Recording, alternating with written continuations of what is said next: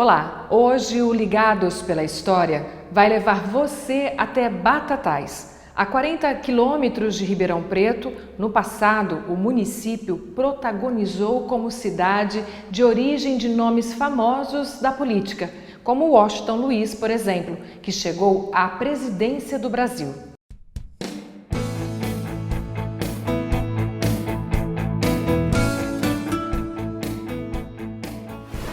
De Ribeirão Preto a Batatais, a estrada é uma reta só.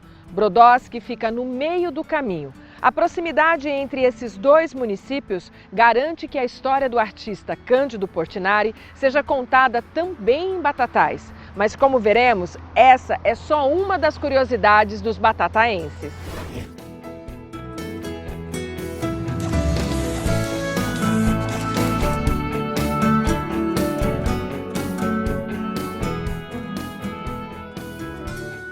A primeira vez que eu fui a Batatais, eu fiquei muito impressionada com o conjunto arquitetônico preservado. Dos prédios públicos, como por exemplo a Casa de Cultura, até os bens privados, no caso as residências, é um referencial dessa cidade. Mas isso eu vou te mostrar já já. Um passeio pela cidade e os exemplares arquitetônicos que revelam o tempo podem ser vistos um a um. Alguns mais preservados do que outros, mas juntos formam um conjunto expressivo. Nós paramos exatamente nessa esquina para começar o nosso passeio, porque aqui é possível te mostrar dois exemplares da arquitetura que a gente fez referência. E quem conta essa história para a gente é a Alessandra, que vai nos acompanhar em alguns dos pontos da cidade. Além de arquiteta, a Alessandra também coordena o trabalho no Centro de Memórias e daqui um pouquinho a gente vai lá. Mas queria falar um pouquinho sobre esse referencial arquitetônico, importante para a cidade, né? Muito importante, Adriana. Batatais tem várias fases da história que a gente consegue perceber pela arquitetura. Então, antes da proclamação da República, havia o Código de Posturas, que definia várias coisas da cidade, inclusive como as casas deviam ser construídas.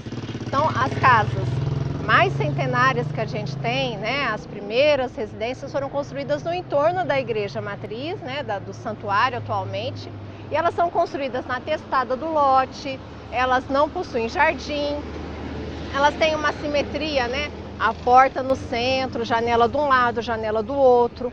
Tem que obrigatoriamente ser construída sobre porão, né, para tirar a umidade que vinha os pisos eram todos de madeira, então tinha que ter essa ventilação do porão, né? Então isso foi uma regra que a gente tem até a proclamação da República. Pós-proclamação da República, aí vem essas preocupações de saneamento, né? A questão de maior ventilação das casas, a batida do sol, né? Então, um olhar diferente para a arquitetura na questão de se fazer jardins, de fazer uma área social, uma área intermediária, né? A varanda, de um requinte maior também. Casas de esquina, a gente percebe também outra relação, né? Eram casas geralmente de 2 pavimentos, né? Então famílias mais abastadas, que aí tinha a questão de ter uma visibilidade maior, né, na paisagem da cidade. Então até essas diferenças sociais são bem demarcadas por conta dessa arquitetura que a gente tem, né, aí que foi até os anos 20, década de 20, década de 30, que tem a presença dessas edificações. O destaque, entretanto, fica para a matriz do Bom Jesus da Cana Verde. Projetada pelo arquiteto Júlio Latini, o prédio pode ser visto de vários pontos da cidade. O interior do santuário guarda importantes obras de Cândido Portinari, pintadas no início da década de 1950. Os 14 quadros da Via Sacra, as obras de Bom Jesus da Cana Verde e de Nossa Senhora, e 5 trabalhos invocando cenas bíblicas. Mais recentemente, uma instalação em homenagem a Portinari passou a compor o santuário. Um outro quadro exposto na matriz chama a atenção dos mais observadores. Para contar essa história, foi preciso uma parada mais lenta, com direito a café e guloseimas. Dona Beatriz, de onde vem esse prazer de guardar a memória na sua própria casa? Qualquer papel para mim é valioso. Então eu tenho, isso aí vem de família, eu acho que é um DNA assim que a gente nem sabe, É um arquétipo, vamos dizer assim. Do lado do meu pai e também do lado da minha mãe, dos meus dois lados. A gente gosta disso. E a senhora nasceu aqui em Batatais? Eu nasci na Fazenda Pimenta, entre o curral e o chiqueiro e o coisa de café. Eu nasci na fazenda em Batatais. Morei lá até 12 anos, quando meu pai ficou doente, de repente viemos para a cidade. Dona Beatriz, neta do homem da pintura, o senhor José Martins de Barros, conta com detalhes como foram as tratativas para garantir que as obras de Portinari compusessem o patrimônio da matriz. E tem um momento na vida da senhora que cruzam os caminhos com a própria vida de Cândido Portinari. Quando é que isso aconteceu? Sim. Década de 50. Tempo áureo do café. Estava sendo feita a construção da matriz, que hoje é santuário. Da comissão fazia parte meu avô, né? José Martins de Barros, que ajudava em tudo. Ajudava lá, ajudava aqui, sabe? Era filântropo mesmo. E nasceu no trabalho, enriqueceu quando os coronéis, na queda do 29, que todo mundo foi quebrando, o vovô foi comprando, e ali foi a ascensão do café. Aí, então vamos fazer uma igreja, vamos reformar a matriz, fazer uma matriz digna da cidade. Quando chegou na fase final, o Portinari estava no auge, no mundo inteiro. Tinha sido contratado para fazer a Guerra e Paz, que fez aí até. E o papai sugeriu, olha, seu Zé, por que não fala para poder a pintura do Portinari, que é de Brodowski, que é do café também, por que não põe a pintura para ilustrar? Aí, o senhor ajuda? Então a comissão vai ajudar, todo mundo ajudou para poder bancar, e fez o estudo e falou com a comissão. E no contato de um com o outro, o meu avô e o Portinari, um que saiu da colônia e se deu bem na arte, outro que saiu da colônia e se deu bem na economia, na região. Então foi aquele trâmite, e cada um ia dar um tanto, e cada um ia bancar uma capela, e ficava em tanto, pronto. Mas aí o Portinari fez uma declaração, depois ele se filiou ao Partido Comunista. E muitos que estavam pagando, não quiseram pagar mais da comissão. Meu avô, José Martins de Barros, falou para ele assim, ó Candinho, é o seguinte, o que os outros não pagar, eu pago. Pode fazer, pode pintar. Sabe o que os outros não pagaram? 80%. Então, 80% o vovô bancou. Algum tempo depois, ficaram as vias sacras na igreja, de estilo antigo, com as telas do Portinari, num outro estilo. Aí, o Portinari falou, se quiser eu posso pintar, só tem na Pampulha e aqui, se não me engano, virou um outro problema. O padre, outra vez, Padre Mar da Cunha Sarmento. Mas como é que vai pôr? O pessoal não vai entender isso. E o bispo falou, escuta, falou com o padre, é o seguinte, a arte não tem partido, a arte é acima de qualquer conotação partidária. Arte é arte. Mas nesse trâmite todo, eles foram se conhecendo e foram ficando muito amigos, admiradores incondicionais. Quando o vovô fez 70 anos, vamos mandar fazer um retrato do seu Zé?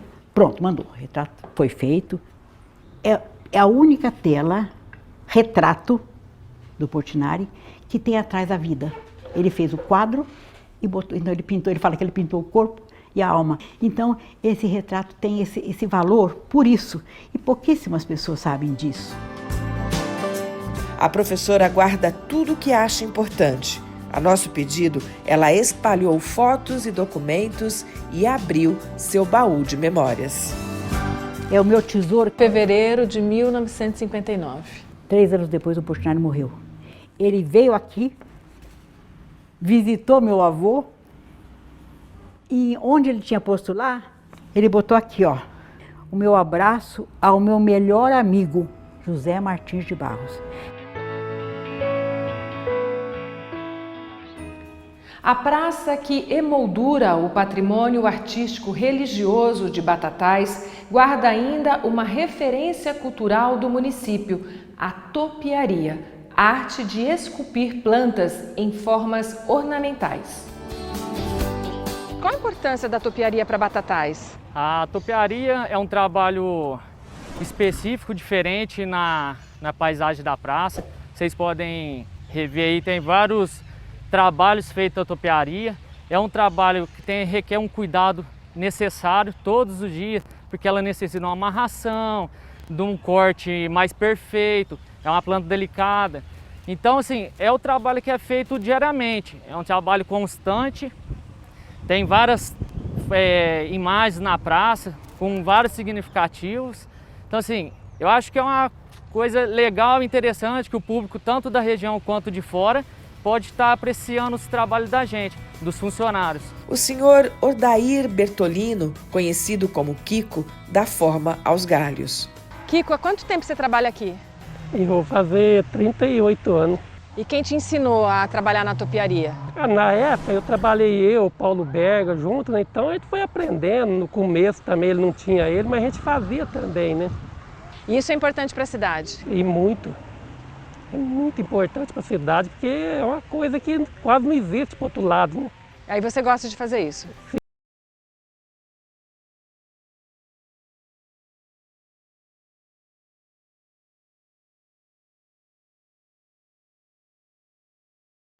A história da imigração não é um fato que complementa a história brasileira. Diferente disso, está intrínseca. E aqui em Batatais também tem muita história relacionada, em especial, à imigração italiana. E a gente escolheu vir no cemitério para contar essa história. Qual a relação, Alessandra? Olha, a economia principal da cidade, né, foi o café durante muito tempo, do final do século XIX até os anos 30. E após o final da escravidão, a gente teve uma grande vinda de imigrantes italianos para a cidade. E depois desse período, a gente teve a continuidade da vinda desses imigrantes, até enquanto já empreendedores, comerciantes, arquitetos, muitos arquitetos, construtores, na época era engenheiro, arquiteto, muitos deles vieram aqui para a nossa cidade. E no cemitério a gente guarda um pouco desse modo de fazer, essa arte tumular, é isso? A arte tumular, aí não só da cidade, como da região. A gente tinha grandes escultores de mármore Carrara, né, de várias áreas, assim, a gente tem de Ribeirão, tem de Batatais, e que a última morada, né, assim como tinha o capricho na arquitetura, tinha também esse capricho, essa devoção, às vezes até essa crença de que quanto maior o túmulo, mais próximo se chegava do céu, né? Então toda essa referência artística e cultural e religiosa está presente aqui em alguns túmulos do cemitério. Então a nossa visita no cemitério é mostrar para você essa arte tumular que foi muito influenciada pelos artistas italianos que vieram para Batatais. Vamos lá.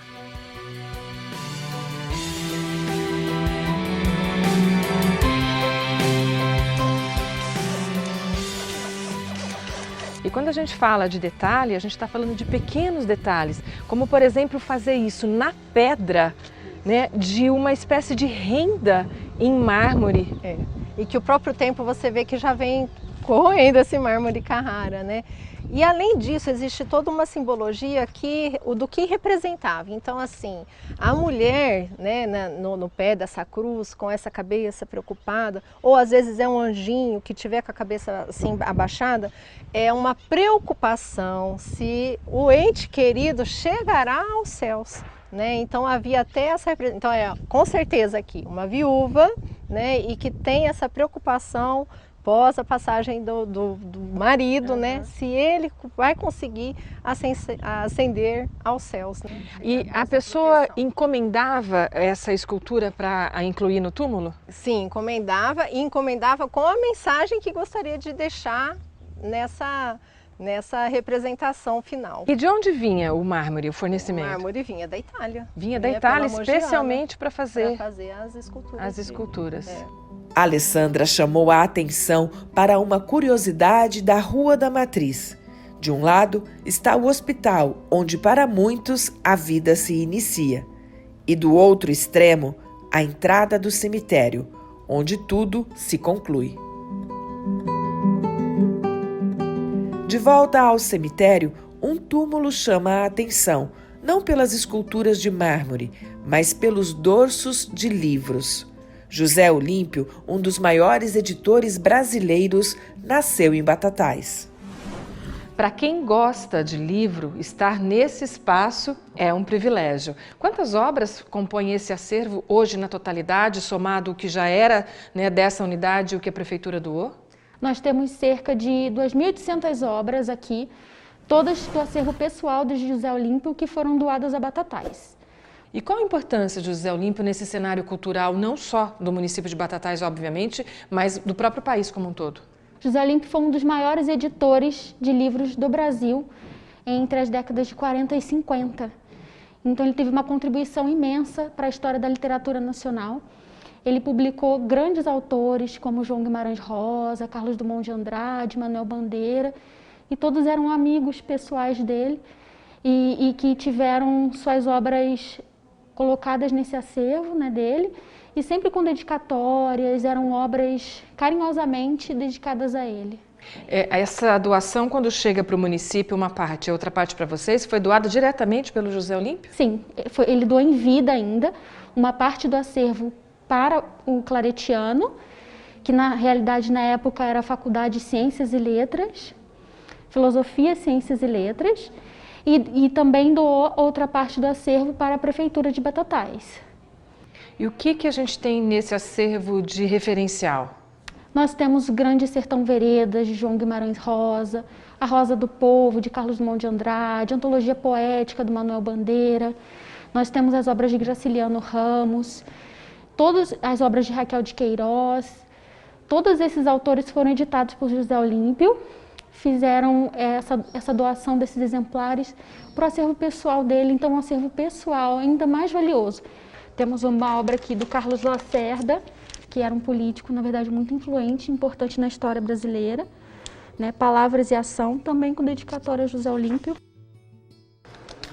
Nós temos uma obra de contribuição muito importante para a região, é um livro de poemas do Cândido Portinari, que também era amigo do José Olímpio, então tem uma dedicatória também a ele.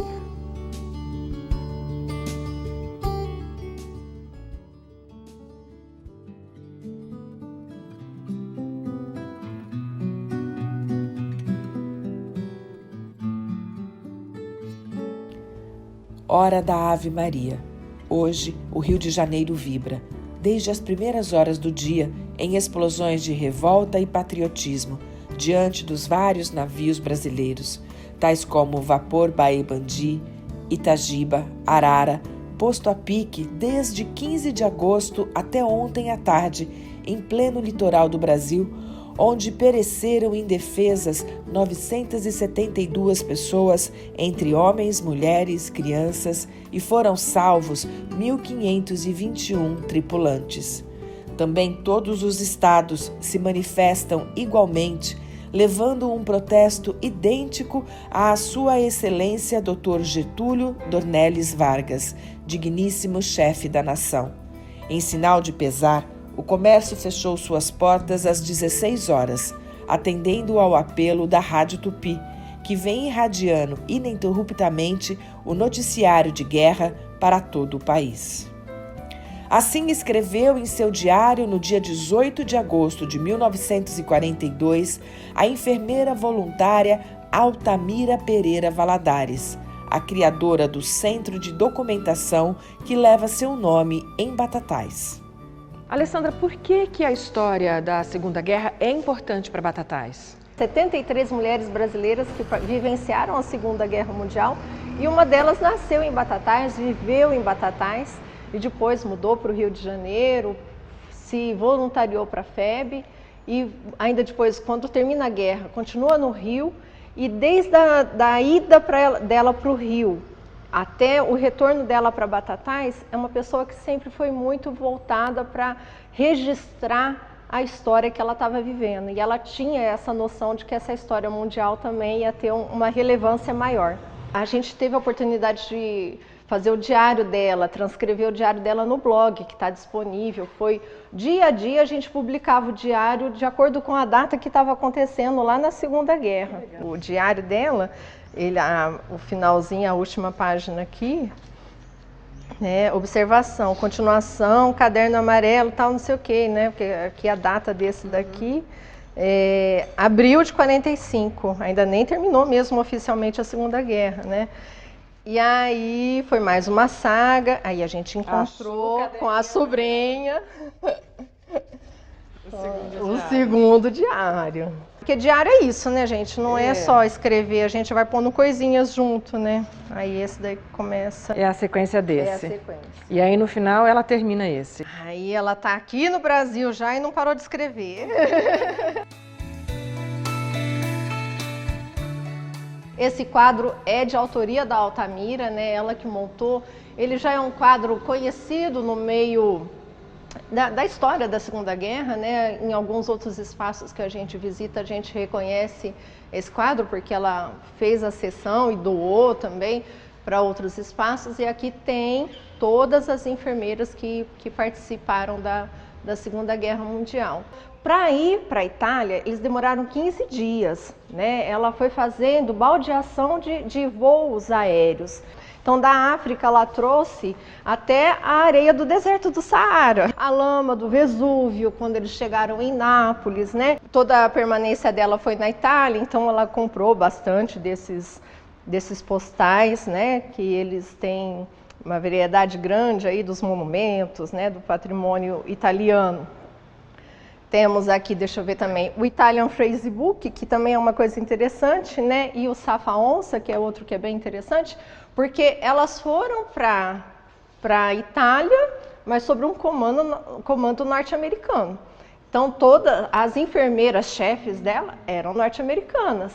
E tudo era tratado em inglês, né? Então, o Safa-Onça, depois eu posso mostrar para vocês, ele é como que eu vou falar tal palavra em inglês, mas assim, escrevendo em português, eu preciso falar coffee, então é coffee. E o Italian phrase é para falar, aí era dos americanos, né, para falar com os italianos. Que é uma coisa que a Altamira comenta, que assim, a preparação delas foi bem precária em algumas coisas, né? Eles aprenderam francês para ir para a guerra. Eram brasileiros indo para a Itália num comando americano e estavam aprendendo francês, não faz sentido. Nenhum. Essa parte aqui desses álbuns e todo o acervo que a gente tem de fotografias que fica na reserva foram pós, né, o falecimento da Altamira, que a sobrinha organizou, né, com as fotografias, os discursos da Altamira, né, e o alumínio foi algo que foi muito útil, né, a questão dele ser leve, né, então tem como você registrar seu nome, né, no caso aqui está escrito Ari riscado, né, então você identifica de quem que é, essa marmita virava uma frigideira, virava uma concha, né? A lavagem deles também era super simples, né? Eles faziam um caldeirão de água quente fervendo, mergulhava lá, pronto, tá limpo. Bobear na hora que você tira já tá seco, que vai evaporando, né? Então tem toda essa questão também de uma lógica, de uma praticidade. Né? E aqui o cantinho da Altamira, né? Que a gente tem a cama que ela usou, a maleta dela, a toalha dela, uma das toalhas. Tem várias etapas aqui dela, né? Da jovem, enfermeira. E essa é a cama dela mesmo? É, uma das camas de campanha que ela usou durante um período desse período que elas ficavam em acampamentos, em barracas. No início de 70, por aí, é que ela volta para Batatais. E aí, uma outra saga, né? Até ela em 94 que ela consegue finalmente terminar a construção desse prédio e inaugurar o centro de documentação. Do lado de fora desse prédio, a gente pode contar um pouco da história da ferrovia. Quem passava por aqui era a Mogiana. A Mogiana passava aqui desde 1886. A primeira estação mogiana foi um pouco mais ali à frente. Depois, por uma questão de logística, eles resolveram trazer a Mogiana para esse local, quer dizer, ela se afastou um pouco mais em 1939. Aí a nova estação foi feita aqui. Em 1886, final do século XIX, Batatais foi uma cidade também que recebeu a marcha dos cafezais, que a gente chama, né?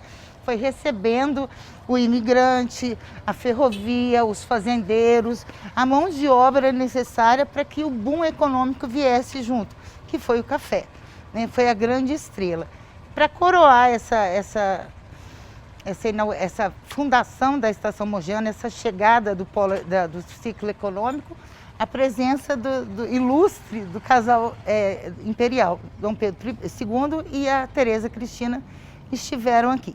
Que também foi outra história relacionada a uma tentativa ainda de dar um refôlego ao regime imperial. E do lado de dentro do prédio, a gente conta um pouco da história de Washington Luiz. O que você guarda aqui nesse prédio, Luciana? A gente dedica uma parte do acervo ao seu patrono, que foi o Washington Luiz. Aí a maioria das pessoas acreditam que ele seja batataense. Não, Washington Luiz, ele é fluminense, ele é de Macaé, a gente fala que ele é conhecido como paulista de Macaé. Ele começou a sua carreira, ele deu continuação à sua carreira como advogado em Batatais, ele veio crescer aqui e teve início também a sua carreira política na cidade. Foi vereador, intendente municipal, que seria o cargo de prefeito, e daqui casou-se com uma pessoa membro da aristocracia paulista, não daqui de Batatais, e daí galgou o seu destino político, né? Foi deputado estadual, senador, governador, prefeito de São Paulo, até chegar à presidência da República. Então aqui a gente tem alguns objetos relacionados a ele. Vamos mostrar? Vamos sim. O que você guarda aqui nesse baú de vidro? Nós guardamos alguns objetos condecorativos, né? São medalhas, são abotoaduras, tem guarda-tinteiro, algumas cartas que o batataenses ou ele escreveu para alguns batataenses, de cunho político. Nós não temos nada de cunho pessoal aqui.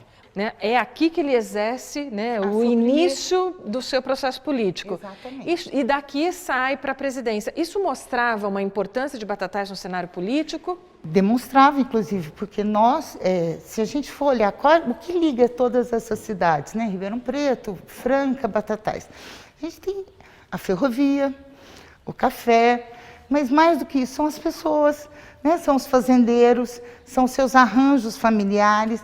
Então, toda essa ligação, esses arranjos, eles formam esse bloco sólido político, que acaba gerando esse fortalecimento do Washington Luiz, porque ele não tinha esse respaldo no Rio de Janeiro. Em Batatais, ele já manifesta esse ímpeto político grandioso. Por exemplo, ele vai tratar de questões como modernização da cidade, a questão sanitária da cidade. Então você percebe, a educação é uma pauta muito cuidada por ele. O Altino Arantes tem o mesmo período histórico aqui por aqui? Ele é um pouco mais novo, mas eles têm esse contato também. Esse contato político eles têm. Ainda passeando pelo museu, na biblioteca, essa estante faz referência a um momento histórico do município, se relaciona diretamente com Altino Arantes e foi uma doação, e esse acervo é de Altino Arantes. Essa estante maravilhosa, né? Ela foi doada pela família do Altino Arantes e o acervo também que está dentro dela pertenceu ao Altino Arantes, né? Uma média de 2.000 livros, nós temos aqui todos catalogados, e eles estão aqui sob o cuidado da Biblioteca Municipal. A artista Naif Com Silva tem em sua arte a própria expressão da história. Algumas vezes a sua própria, quando não, das lutas que defende. Eu falo que a arte veio para minha vida meio com um processo de cura, né? Essa pintura ela vem como uma cura. O começo disso não tinha pretensão nenhuma de ser artista, Não entrei nesse universo imaginando o que podia ser, mas daí 2 anos eu já estava no cenário nacional, participando de exposições nacionais, participei de algumas exposições internacionais, e aí veio surgindo convite e participando de eventos. Mais recentemente, a sua arte foi exibida pelo Sesc. Isso, participei da Bienal Naifes do Brasil e eu fui premiada com o Prêmio Incentivo na Bienal Naifes do Brasil de 2020, que terminou agora por conta da pandemia. E essas duas telas, em uma você faz referência ao povo indígena e na outra ao povo negro. Qual que era a sua mensagem? Sim, além, né, aliás, até assim, antes de ser artista plástica, eu sou militante do movimento negro, né, desde muito jovem, assim, eu estou na militância do movimento negro. E a causa do negro e a causa indígena são duas causas que sempre me chamaram muito a atenção. Minha arte, ela caminha muito por esses lugares, né? Ela é uma arte que eu trabalho muito a questão do sacro, né? Pela minha formação dentro do catolicismo, mas ela também visita o sagrado africano, porque o meu irmão era pai de santo, e logo após que ele faleceu, eu recebi de herança os livros, alguns orixás, algumas entidades dele, e daí eu passei a estudar um pouco mais, e eu acho que eu refiz a minha identidade, né, com esse sagrado que já não é mais só dele, é o meu sagrado. Eu acho que me encontrei mesmo dentro desse universo. Eu não sei se a arte naif é a minha cara ou se eu sou a cara da arte naif. O quadro que fez em homenagem à sua irmã, a primeira porta-bandeira da Escola Acadêmicos do Samba, lembra a trajetória do carnaval em Batatais. Muito perto de tudo isso que você está falando, tem uma outra arte que é bem brasileira, né, que é bem nossa mesmo, que é o carnaval. Sim. E o carnaval tem uma relação muito próxima com a cidade de Batatais. Você também faz parte dessa história. Sim, sim. Meu pai é conhecido como Isoel da Vila, ele tem uma praça com o nome dele aqui em Batatais, e ele é um dos fundadores do Grêmio Recreativo Escola de Samba Acadêmicos do Samba. Na fundação do Acadêmicos eu tinha 13 anos, né, em 1979, e daí eu cresci dentro de um barracão de escola de samba. A Acadêmicos do Samba, ela é uma escola que nasceu de uma outra escola, né, que encerrou as atividades, que é a pioneira do Carnaval de Batatais, que é a Escola de Samba da Princesa Isabel. Meu pai era um dos batuqueiros da escola, tocava na noite, nos bailes de carnaval. E quando encerrou, né, as atividades da Escola de Samba Princesa Isabel, do Clube Princesa Isabel, que ainda é um clube em atividade aqui em Batatais, ele, junto com o irmão e mais 2 amigos, fundaram a Acadêmicos. O carnaval foi tão grandioso, né, e tão forte regionalmente, que Batatais deu mais de 60 jurados para o Carnaval do Grupo Especial de São Paulo. E a gente tem uma grande honra, né? E, por outro lado, uma tristeza muito grande de ver o que aconteceu com o Carnaval em Batatais, né? A gente se questiona do que foi que aconteceu, que uma festa tão grandiosa, né, referência dentro do estado, pode assim terminar do dia para a noite. Circulando pela cidade, ainda é possível ver as sedes dos 3 clubes recreativos que funcionaram simultaneamente em Batatais. Um para receber a elite, outra a classe operária e a Princesa Isabel, criado pelos negros para receber quem quisesse frequentar.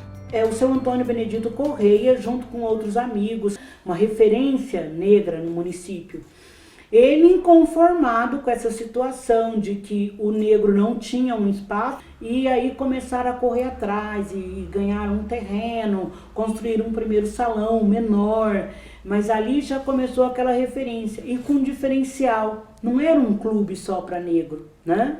Porque eu acho que ali rompe um paradigma, assim, aonde podia ser um clube que era um clube para ser criado, então, já que a gente tem mais 2 clubes na cidade onde negros não frequentam, não pode entrar, então agora vamos ter um clube só de negro. Não, ele era um clube que era aberto para todos, né? E aí começa a cair né, essa barreira, porque a gente percebe que a Princesa começa a ser um clube frequentado por todos, né? E os outros clubes começam a se abrir. Uma paixão une os batataenses a favor do fantasma da Mogiana. Quando o assunto é futebol, o grito de guerra é um só.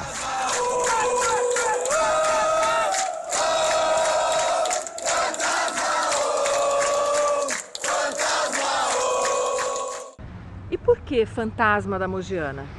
Porque na década de 20, o Batatais Futebol Clube ficou mais de 100 partidas invictos.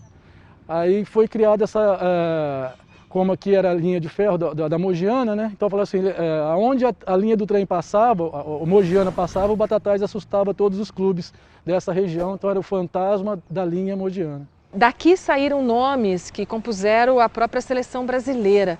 Isso também impacta na história do futebol do município. O Batatais Futebol Clube é um orgulho da cidade, né? É um dos maiores patrimônios histórico, cultural, esportivo e turístico da cidade. E para conseguir esse reconhecimento, esse orgulho da cidade, foram acontecendo algumas coisas durante a sua história que o fizeram grande dessa forma. E um desses orgulhos são os 3 jogadores que estiveram na seleção brasileira não para disputar amistoso, que seria uma honra também disputar um amistoso, uma Copa América, uma Sul-Americana. Mas 3 jogadores da cidade que estiveram disputando Copa do Mundo. Baldock, o goleiro? O goleiro Batatais, que mais tarde veio jogar no Fluminense. O Zeca Lopes, que era o ponta-direita, que depois foi jogar no Comercial e no Corinthians. E o zagueiro Baldock, que jogou no Batatais, Botafogo de Ribeirão e no Palmeiras. E você é torcedor fervoroso? Eu acompanho, é uma questão de família, né? O pai trouxe, e aí a gente acompanha e segue sim, minha filha segue meus passos hoje. Gol, grito sai do peito, gol sai do coração. A galera delira, de emoção suspira, Batatais é campeão.